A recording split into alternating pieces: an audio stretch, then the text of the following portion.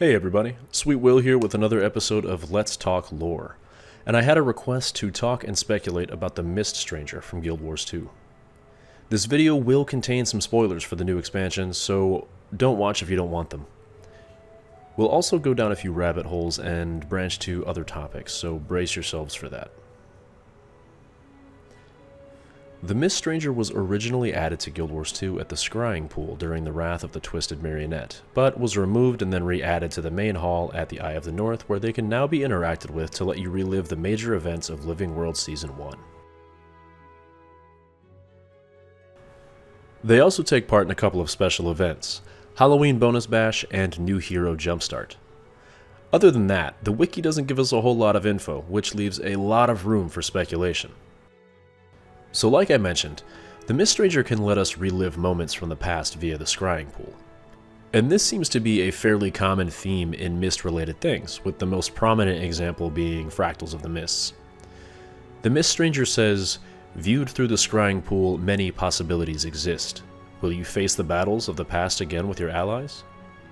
And this is a statement that makes me think there are quite a few levels to it, but for starters, it makes it seem as though the Mist Stranger has some control over certain Fractals of the Mists type moments that are independent of the Mistlock Sanctuary. Second, because many possibilities exist through it, the Scrying Pool is connected to the multiverse and allows the Scryer to see different versions of the future. Now some of that is like, duh, of course, but it's all connected and worth noting, I promise. But now that we got that out of the way, I want to talk about what the Mist Stranger is wearing and why it's important. The Mist Stranger's outfit is pretty awesome, and it's one that players can actually obtain and wear. It has nice dyeable features consisting of a nice cooling mist coming off its right side, a really sweet mist touch / demonic arm, durable plate armor, breathable pantaloons, a gas mask, a hood or a cloak that kind of looks like it's a piece of Lord Odran's map of the mists, and a beautiful belt buckle that looks like some variation of the All-Seeing Eye or the Eye of Ra. So on that note, let's first talk about Lord Odran and his map of the mists. Lord Odran was a powerful arcanist who specialized in the study of temporal distortions. And using his own spell that required sacrificing many souls, he opened a portal that offered him access to the mists and eventually the Rift, which is the center of the mists where the Hall of Heroes is located. Now, the spirits who had given their lives to earn access to the Hall of Heroes were furious. They attacked Lord Odran with all of their legendary and collective might, but none of these powerful spirits had ever interacted with the physical world and their shadow forms, so no matter how strong they were in life, they couldn't hurt the Wizard Lord. Not yet anyway. Lord Odran learned to use the Rift to travel across the multiverse. He opened portals on nearly all of the different worlds, turning the Rift into his own personal gateway. But eventually, the spirits of the Hall of Heroes discovered a way to interact with the corporeal world, and his last physical journey through the Rift cost him his mortal life. The Wizard Lord was torn to shreds by hundreds of angry souls seeking retribution for his trespasses. When Odran's mortal body died, the wards and enchantments that kept his portals hidden failed, and the gates to the Hall of Heroes were laid open to all who were able to find them, though he made sure to place the portals in the most treacherous places to keep the undeserving from finding them. Kinda crazy that it was the Wizard Lord who unlocked the secrets of the mists and the multiverse, huh? No shot we end up abusing that sometime later, right? Speaking of the multiverse, let's talk a little bit about what that looks like in the Guild Wars universe. Within the mists are many different worlds, each with their own realities and histories, and they're floating as islands in the ether. Humans are from one of these worlds, and they were brought to Tyria by the Six Gods. The mists resonate from the worlds around them, forming bits of their own reality. They're islands of existence that basically reflect the history of these worlds.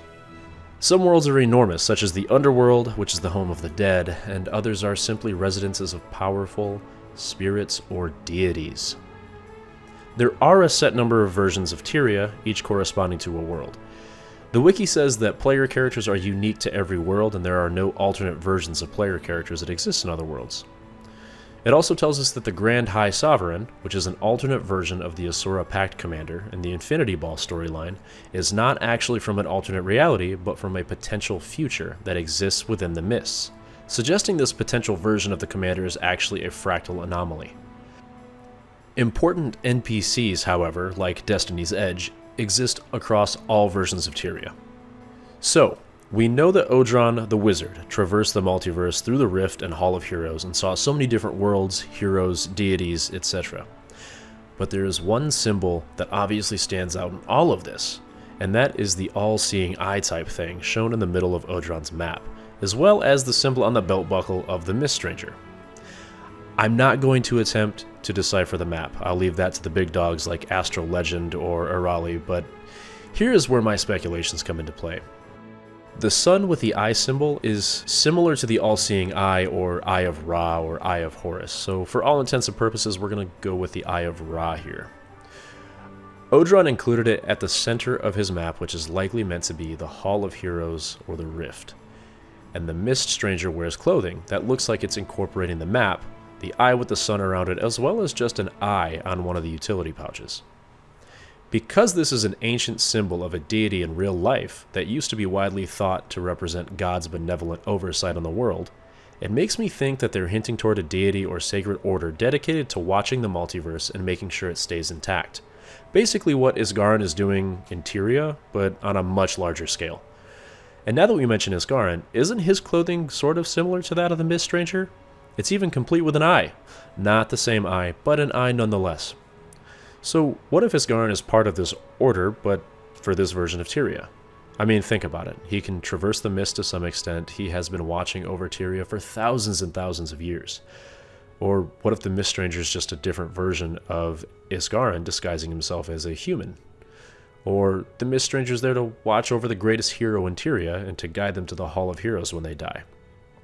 Lots of possibilities. Lord Odran was called the Wizard Lord, and I have to believe that he's somehow connected to the Tyrian wizards, especially because we're beginning to venture into the mists, but also because of the fact that the wizards are using some powerful ancient structures to protect Tyria. And these ancient structures are the beacons. The currently known beacons are the Beacon of Ages, the Wizard's Tower, Sunrise Tower in Ascalon, and the Vizier's Tower in Or. And maybe this won't age well, but I also believe that the Eye of the North is one of these beacons. And since these beacons predate Isgarin, maybe they were built by Odran in whatever order is represented in the map and by the Mist Stranger. And maybe the Eye of the North in particular is important because of the fact that it has an active scrying pool. Maybe that's why the Mist Stranger hangs out there. And this might be a stretch, but part of my reason for believing this is that the Eye of the North has what appear to be a whole ton of eyes carved into the architecture, as well as birds sculpted. And I know I haven't mentioned the birds yet, but let's go back to this whole Ra thing, because Ra's soul was represented by a Bennu bird that was seated at the Tree of Life in Ra's Sun Temple. Inside of the temple, atop an obelisk, sat the Benben stone that served as a beacon to Bennu or Ra's soul. So the Eye of the North could be a particular beacon meant to show the way for some other deity to return to Tyria, and the Mist Stranger is basically just a strong and silent herald for this deity from the Hall of Heroes. Again, so many possibilities. Alright, so to summarize all of this a bit without going on any tangents or Egyptian god history lessons, the Mist Stranger has ties to Lord Odran, the OG Wizard Lord, and hangs out in the Eye of the North because it's an ancient beacon built by the same order that worships some god from the Rift that is coming back at some point, and it has access to the multiverse via the scrying pool, and the Mist Stranger can manipulate that while helping to watch over Tyria and its greatest hero, who will most certainly be allowed into the Hall of Heroes after their death. There's a lot of other things that we can speculate, like all the multiversal stuff, which really makes anything fair game. Relationships between the Mist Stranger and the Rift, and other parts of Tyria, and even Isgarin being Lord Odran's long-lost brother. But essentially, I just wanted to speculate on what I think the Mist Stranger is, and why they're hanging out at the Eye of the North and paying special attention to the commander.